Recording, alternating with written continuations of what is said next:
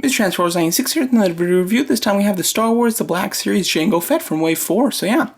So, this figure I wasn't really looking forward to, actually, to be honest, from the 4th wave. It's the first figure that they've released since they've started the Force Awakens series that isn't a character from the Force Awakens. And because of that, I just wasn't too excited for him. I've never been a huge Jango Fett fan. I've never had a problem with him, basically, but I've never just been particularly drawn to him. I like bounty hunters a lot, but I do tend to be more drawn to some of the other more unique bounty hunters.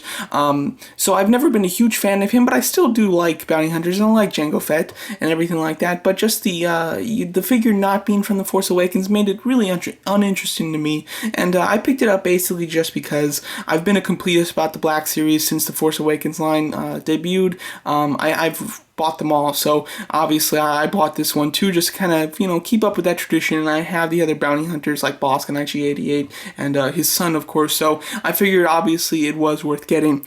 However, this actually turned out to be my favorite figure of the wave, and one of my favorite Black Series figures probably ever, actually. I think that the deco is just beautiful on it, and really, just an excellent figure, and one that I wasn't expecting much of. It was just a figure to get, it wasn't a figure to look forward to, but it certainly impressed me, and I'm very happy with how it turned out. So let's get into it.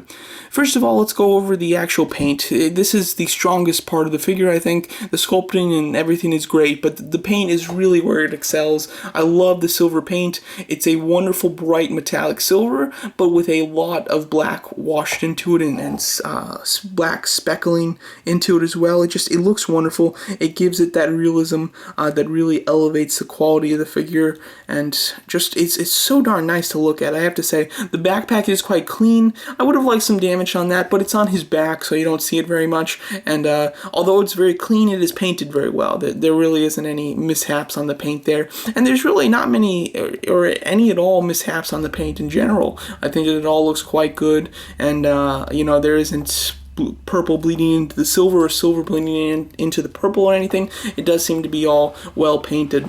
The purple is really nice. They went with this kind of light purple, but it's still relatively dark. It's a lighter shade of purple, and then they took a even lighter shade of purple, or even maybe a light blue, and washed it into that, which I think that just looks excellent, and really brings out all the wrinkles and all the fantastic sculpting work in it. You can definitely see it on that inner thigh there, all the light blue type of paint that's gone into all the wrinkles there. Just looks excellent. It's a nice contrast to the silver with the black wash, having the purple with the blue wash. I think it looks great, and obviously that kind of light blue does tie in a bit to his blue on his mask, which looks really cool, and the blue is very vibrant. It's very bright. It's very crisp. It looks just wonderful, I have to say, and I like purple a lot. Purple's my favorite color, so maybe that's why I'm a bit more drawn to this guy. However, it certainly also has to do with the amount of detail and just the excellent work on the paint that has gone into this guy. It looks fantastic. I love just looking at it purely because of the paint scheme.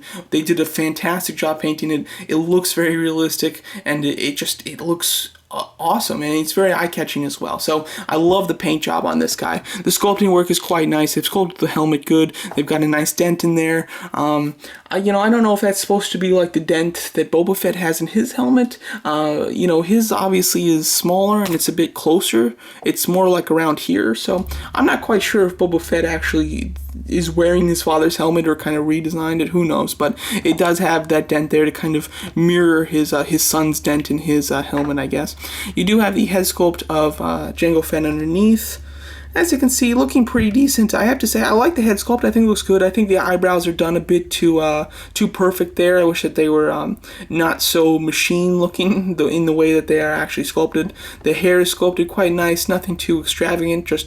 But there is quality detail throughout. The pupils are a bit big. I would have liked the pupils to be a bit smaller. But other than that, I think that the head sculpt is quite good. I've seen a repaint of this head sculpt that just makes it look amazing. However, without seeing that, you wouldn't know what you're missing, basically. So even though the head sculpt could be a bit better just based on what I've seen from a custom, it still looks quite nice this way, and I think it does look very good. And it's in nice proportion to the actual body.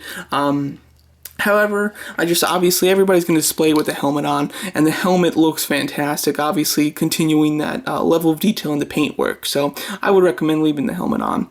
The actual sculpting is wonderful. You can see in the gauntlets there, you have that bit of a, I don't know if this is somewhat of a rocket, I think it's more of like a the Batman's thing, whatever the grapple gun. It's more of like a grapple thing, I believe, and looking quite nice. You do have some hoses that are connected from the elbow into the top of the bicep there, which just looks very nice. And overall, the sculpting work is done very good. The only complaint is that his feet are a bit small. The feet could definitely be bigger. They are small. It's not something that you really notice necessarily when you just look at them. However, having it in person, you do see that the feet are too small, and because of that, he does have a trouble standing somewhat of the time. If he had bigger feet, that wouldn't have been a problem, but it is still a slight issue because of how he's sculpted. He comes with basically the helmet as an accessory. You can say the jetpack's an accessory, but the real accessories are his guns. The guns are quite nice. They're sculpted in that signature Jango Fett style there. Very nice. I like them a lot. The fingers do fit in the triggers quite nicely, and there is a light blue handle with silver details throughout it, which looks really good.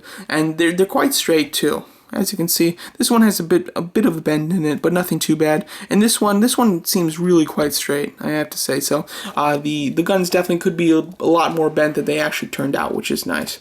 Articulation is really good. He's got a ball hinge neck. Obviously can look up an extreme amount and can look down an extreme amount. He has ball hinge shoulders. He has a bicep swivel at kind of the lower bicep, and then he has a hinge swivel elbow. So you can, you can swivel his elbow and his bicep to kind of make it so that the cords aren't stressed very much, which is nice. He has ball hinge wrist. He's got a ball jointed upper torso, a bit hindered just because of the way that it's sculpted with they sculpted it more at his waist. If it was more up here, he would have more range of movement. However, it would cut off his panels and that wouldn't look good. So I understand why they went low, but because it's low, it has less articulation. You can go side to side a bit. You can go back slightly, forward slightly, and obviously full swivel.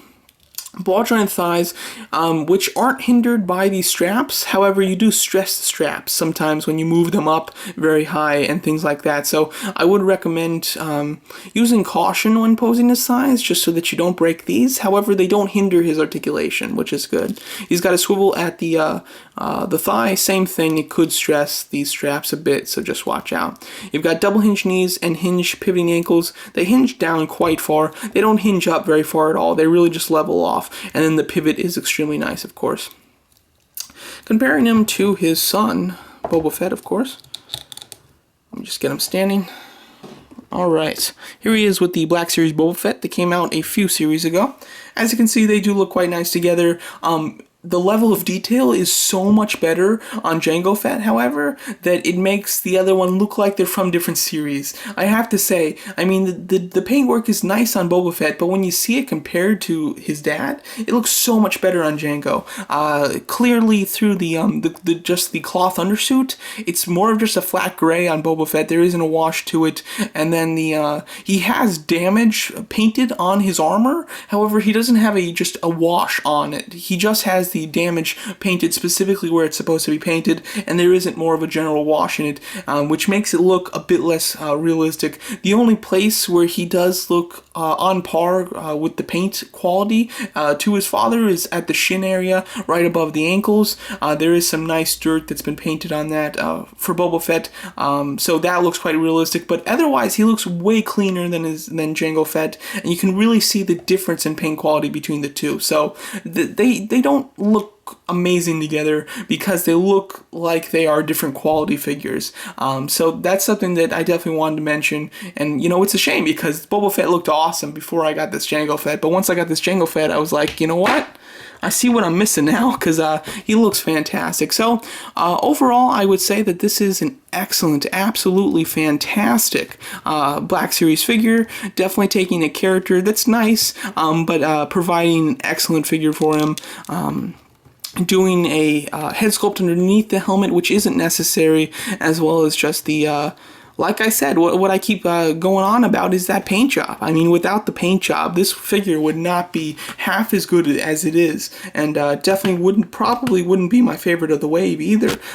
It's mainly to do with that just awesome detail on the paint. So there you go. That's my video review of the Star Wars The Black Series Jango Fett. Thanks so much for watching.